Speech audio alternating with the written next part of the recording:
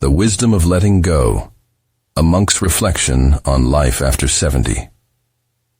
The morning sun cast a golden glow over the old temple, nestled quietly in the rolling hills of the countryside. Birds chirped in the distance, and a gentle breeze rustled the leaves of the ancient Bodhi tree that stood tall in the temple courtyard. The scent of burning incense lingered in the air, mixing with the earthy aroma of the damp ground. Underneath the tree, seated in quiet meditation, was an elderly monk named Thomas. For over 70 years, he had walked the path of life. Once a boy filled with curiosity, then a young man searching for meaning, and now a monk whose face bore the gentle lines of time, each wrinkle a testament to the lessons he had learned. His days were simple, tending to the temple, guiding visitors who sought wisdom, and embracing the present moment with a heart unburdened by the past. Yet despite his solitude, his presence radiated warmth, drawing in those who sought solace from the weight of the world. One afternoon, a man in his 50s arrived at the temple. His face was tense, his shoulders weighed down by an invisible burden. He was dressed well, his shoes polished, his watch gleaming, symbols of a life spent chasing success. His thinning hair and the slight slouch in his posture hinted at years of stress and ambition taking their toll. He hesitated at the temple steps before taking a deep breath and stepping forward, his eyes scanning the peaceful surroundings, as if searching for something he had lost. He approached the old monk and bowed respectfully. "Master," he said, his voice carrying a mix of hesitation and urgency, "I have spent my life working hard, earning wealth, and fulfilling responsibilities. But as I grow older, I find myself questioning everything. I wonder what truly matters. People say that as we age, certain things no longer hold meaning. But what are those things? What should I let go of?" Thomas opened his eyes slowly, a knowing smile forming on his lips. He had met many like this man, people who had spent decades pursuing external success, only to realize in their later years that true fulfillment lay elsewhere. He observed the man's anxious demeanor, the subtle tremble in his hands, the way his gaze darted around as if seeking reassurance. He was a man at a crossroads, standing between the life he had built and the truth he was beginning to uncover. The monk gestured for the man to sit beside him under the great Bodhi tree. "Let me tell you a story," he said, his voice calm and steady like the gentle rustling of leaves. "A story of the things that become meaningless after 70, and how embracing that truth can lead to a life of peace and freedom." The man hesitated for a moment before lowering himself onto the cool stone bench. As he settled in, he noticed the tranquility in the monk's presence, the way his breathing was slow and even, as if time itself held no power over him. He exhaled deeply, allowing himself to let go of the tension in his shoulders, if only for a moment. The monk began to speak, his words carrying the weight of years of wisdom. The man listened intently, his mind open, his heart ready to receive the lessons he had spent a lifetime searching for. Letting go of the opinions of others. Thomas rested his hands on his lap and gazed at the horizon, his voice calm and steady. "Many people spend their lives trying to meet the expectations of others," he said. "They dress a certain way, speak carefully, and mold their lives to fit the standards set by family, friends, or society. But with time, they realize that no matter how much they conform, opinions shift like autumn leaves in the wind." The visitor sat quietly, his brow furrowed. He had spent years seeking approval, from parents, colleagues, even strangers. Yet, despite his success, a sense of emptiness lingered. Thomas observed him for a moment before continuing. "By 70, a great truth emerges. No one else's judgment should dictate your happiness.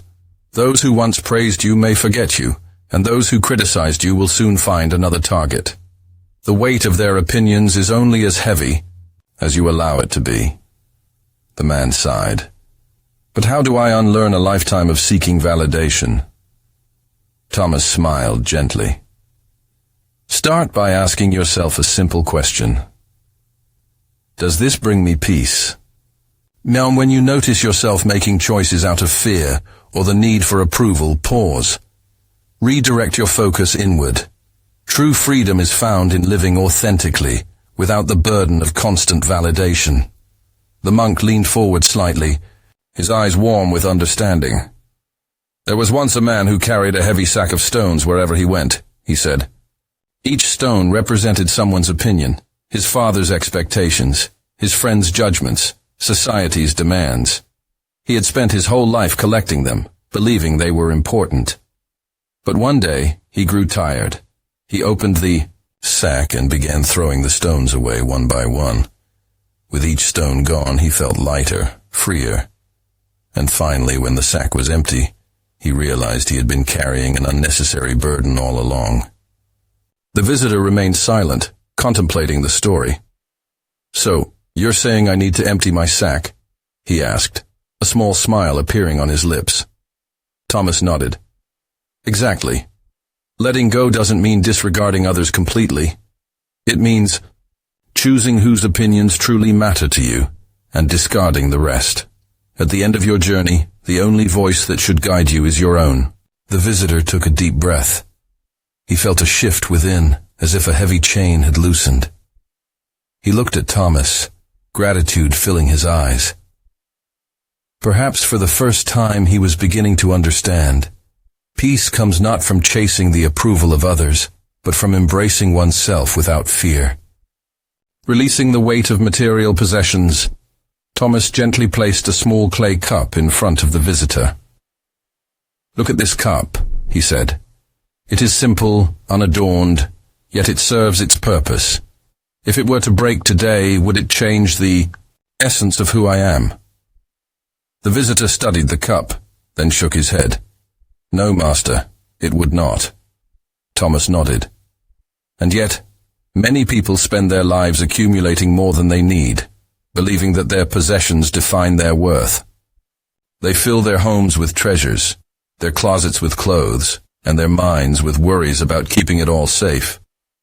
But in the end, when time takes everything away, what remains? The man sighed. I suppose nothing. Thomas smiled. Exactly. After 70, the weight of possessions becomes clear. They do not bring lasting happiness, only attachment. There was once a wealthy merchant who spent his life collecting rare artifacts. As he aged, his treasures became a burden. He feared losing them, locked them away, and spent his days worrying over their safety. But in doing so, he imprisoned himself. The visitor frowned. So, what happened to him? Thomas chuckled softly. One day, a great flood came and washed everything away. The merchant, left with nothing, finally understood.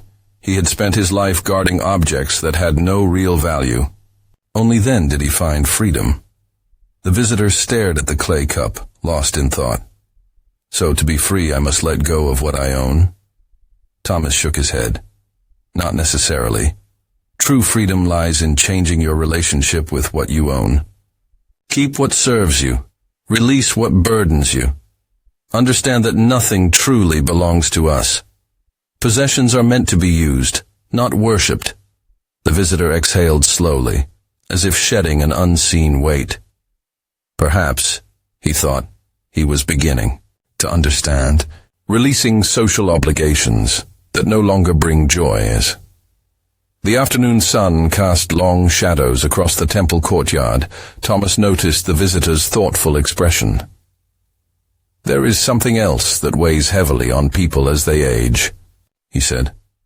The feeling of obligation to maintain relationships and commitments that no longer bring joy. The visitor looked up, his face marked with recognition. I have spent so many years attending events, meeting acquaintances, and keeping up appearances, he admitted. Sometimes, I go to gatherings, not because I want to, but because I feel I must. Thomas nodded. That is a common struggle. In youth, social obligations are seen as necessary for success, acceptance, and belonging. But as years pass, we must ask ourselves, do these interactions nourish us or drain us? The visitor sighed. Often they drain me, but saying no feels selfish. Thomas smiled knowingly. Let me tell you a story.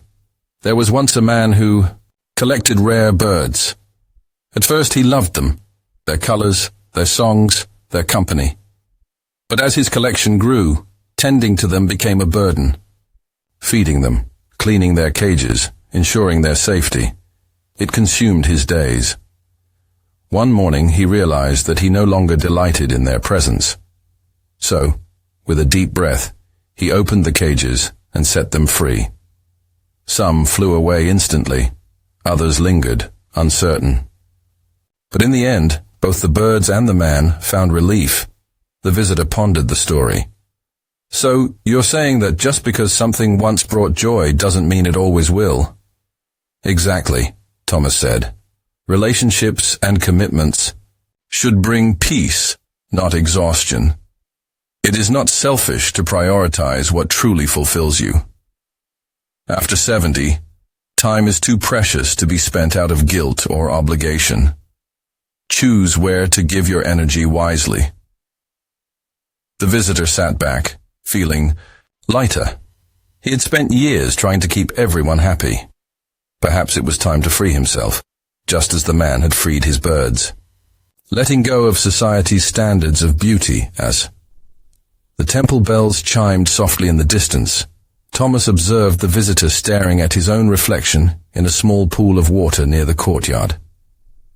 The man traced the lines on his face with his fingers and let out a quiet sigh. You seem troubled, Thomas said gently. The visitor hesitated before speaking. I used to take great pride in my appearance, he admitted. I exercised, dressed well, and worked hard to look youthful. But now, when I see my reflection, I see someone old and unfamiliar. Thomas smiled knowingly. The illusion of eternal youth. Society has long celebrated smooth skin, strong bodies, and bright eyes. But tell me, what is the purpose of beauty? The visitor thought for a moment. I suppose it's to be admired. Thomas shook his head. True beauty lies not in admiration, but in the life one has lived. Every wrinkle, every silver strand of hair is a mark of experience, resilience, and wisdom. These are things that no youth can possess. The visitor frowned. But the world values youth. People strive to hide their age.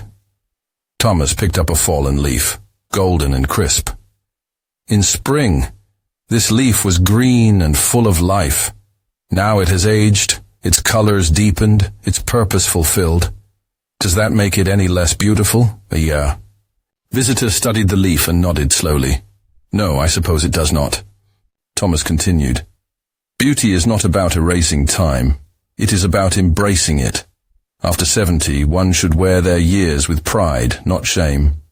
The body may change, but the soul only grows richer. The visitor smiled, feeling a newfound acceptance. Perhaps, just perhaps, there was a beauty in aging that he had never seen before, releasing activities that no longer bring fulfillment. The afternoon sun bathed the temple grounds in a golden hue. Thomas noticed the visitor gazing at the distant hills, lost in thought. What weighs on your mind now? Thomas asked, his voice gentle. The visitor sighed. I have spent my life building routines, habits, things I once loved. But lately they feel more like obligations than joys. I keep doing them because I always have, not because I still want to. Thomas nodded. The attachments to past joys. People believe that if something once brought happiness, it should continue to do so forever. But everything changes, including our passions. The visitor looked up. Then how do I know when to let go? Thomas picked up a small cup and poured tea into it. This cup once held fresh, warm tea. Now it is empty. Would you keep drinking from it, expecting the same taste? The visitor shook his head. Of course not. That would be foolish. Thomas smiled. Exactly. Just as tea loses its warmth over time, so do certain activities in our lives. The wise do not cling to an empty cup. They make space for something new. The visitor sat, in silence, absorbing the lesson. He had spent years holding on to hobbies, roles, and commitments that no longer resonated with him. Perhaps it was time to empty his cup and allow new joys to flow in. He looked at Thomas with newfound clarity. I see now. Letting go isn't about losing. It's about making room for something better. Thomas nodded. Yes. And after 70, time is too precious to be spent on things that no longer bring peace. Choose what nourishes your spirit, and release the rest. The visitor smiled, a lightness settling over him. He was beginning to understand. Releasing toxic relationships. The visitor returned to the temple the next day, his expression more contemplative than before. Thomas greeted him with a serene nod and gestured for him to sit beneath the Bodhi tree once more. I have been thinking, the visitor began. There are people in my life whom I have kept close for years. Some out of loyalty, some out of obligation. But when I reflect on these relationships, I realize that many of them bring me more stress than joy. Thomas poured tea into 2 cups and handed one to the visitor. A tree does not cling to withered branches, he said. It lets them go so that new ones may grow. The visitor took a sip and furrowed his brow. But what if those people are family, old friends? Shouldn't we honor those connections? Thomas nodded. Honor them, yes, but honor yourself as well. Relationships should bring mutual growth and support. If they bring only pain, resentment, or exhaustion, then they are like vines choking a tree, preventing it from growing freely. The visitor exhaled deeply. I fear that if I distance myself, I will be seen as selfish. Thomas smiled. Is it selfish to seek peace, to nurture your well-being? If a flower must reach toward the sun to thrive, is it selfish for doing so? The high visitor looked down at his cup, deep in thought. I have spent too long tending to relationships that drain me, he admitted. Perhaps it is time to prune the withered branches. Thomas placed a reassuring hand on his shoulder. Indeed. Choose the connections that bring warmth, that encourage growth. After 70, the heart should be filled only with what nourishes it. The visitor felt a lightness settle over him. He had permission, at last, to let go. Releasing the habit of comparison, the visitor returned to the temple a week later, his face carrying an air of heaviness. Thomas greeted him with a warm smile and motioned for him to sit. I have been reflecting, the visitor began. I often compare my life to others. I see my friends who have achieved more, who seem happier, and I wonder if I should have done things differently. Thomas nodded knowingly. Comparison is a heavy burden, one that distracts us from appreciating our own path. Tell me, when you look at the mountains in the distance, do you see them competing with one another? The visitor looked toward the hills and shook his head. No, they simply exist, each with its own height and beauty. Thomas smiled. Exactly. Each life unfolds in its own way, shaped by different circumstances, choices, and destinies. To compare your journey to another's is to ignore the uniqueness of your own, the visitor sighed. But how do I stop? It feels natural to measure my worth against others. Thomas picked up 2 leaves from the ground, one large and one small. Which of these leaves is better? The visitor hesitated. Neither. They are simply different. Thomas placed the leaves in the visitor's hand. Just as with these leaves, your life is neither better nor worse than another's. It is simply yours. After 70, let go of the need to measure your worth by another's standards. Find peace in your own story. The visitor felt a sense of relief wash over him. He was beginning to understand. True fulfillment comes not from comparison, but from embracing his own path. Releasing outdated goals, a gentle breeze swept through the temple courtyard as the visitor arrived once more, his steps slower than before. Thomas greeted him with a nod and motioned for him to sit. "I've been thinking about the dreams I once had," the visitor admitted. "Ambitions that once fueled me, but now feel distant. Yet I struggle to let them go."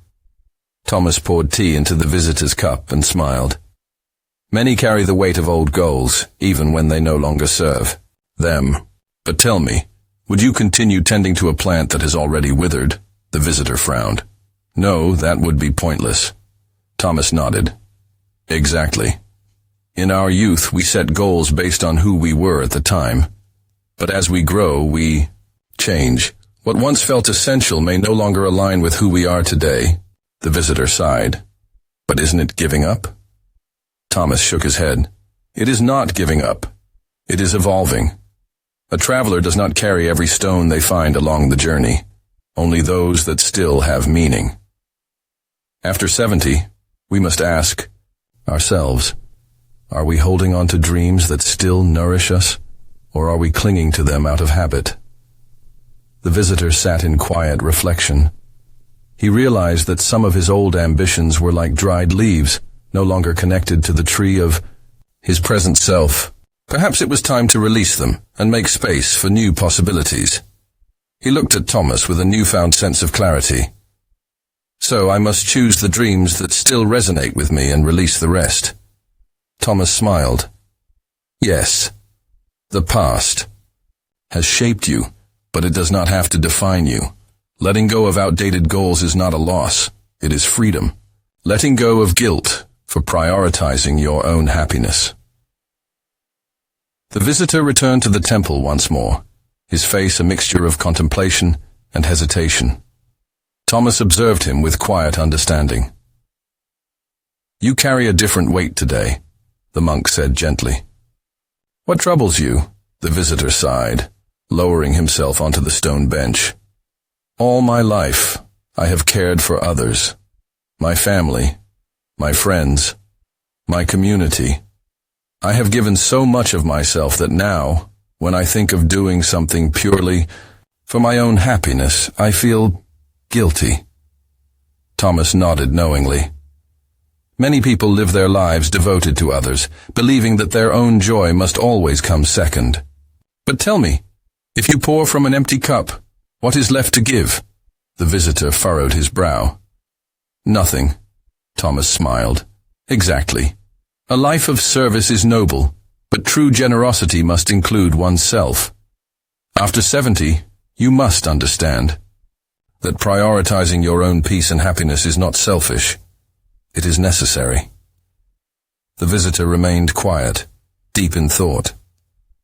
"But won't others see me as self-centered?" Thomas picked up a small lantern beside him and lit it. "Does this flame take away from another's light, or does it simply glow on its own?" The visitor watched the flickering light and shook his head. "It simply glows." Thomas placed a hand on his shoulder.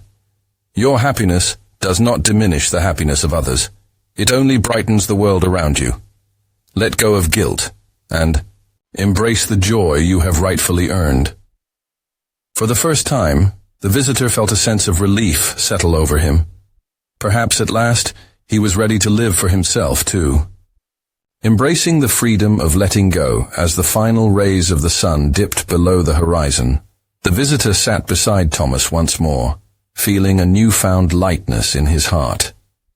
Over the weeks spent in the temple, he had learned to release burdens he had carried for far too long: expectations, possessions, obligations, comparisons, outdated goals, and guilt. Now he found himself at a crossroads, looking ahead at the road that remained. Thomas watched him in silence for a moment before speaking. "You have let go of much, but tell me, what have you gained?" The visitor took a deep breath and smiled. "Peace," he said. "A sense of clarity. I feel as though I have been given permission to live in a way that truly honors who I am." Thomas nodded. "That is the gift of letting go. When we hold on too tightly, we leave no room for new joys, new wisdom, and new experiences. But when we release what no longer serves us, we create space for something greater. The visitor glanced at the temple grounds, now bathed in the soft glow of lanterns. "What happens now?" he asked. Thomas's eyes twinkled with warmth. "Now you live, not for the past, nor for the expectations of others, but for the present moment. Carry this wisdom forward, and share it with those who seek peace as you once did." The visitor bowed deeply, gratitude filling his heart. He knew that his journey was far from over, but for the first time in a long while, he was ready to walk forward without fear. Thomas watched him go, his heart full of quiet joy. He knew that the greatest lesson one could learn was not just in hearing wisdom, but in applying it to one's own life. The journey of self-discovery never truly ends. It only transforms. As the visitor stepped away from the temple, the wind carried with it the soft chime of the temple bells, a gentle reminder that in the act of letting go, one finds true freedom. A final reflection to those who have walked this path with us. Take a moment to reflect. What burdens are you still carrying? What expectations, regrets, or worries weigh on your heart? Know that it is never too late to release what no longer serves you. Life is meant to be lived with joy, not with the weight of the past dragging behind you. If this story has touched your heart, share it with someone who may need to hear it. And if you seek more wisdom on living with peace and purpose, continue this journey with us. Let us walk forward together, embracing each moment as it comes. May you find the courage to let go, and in doing so, may you find true freedom.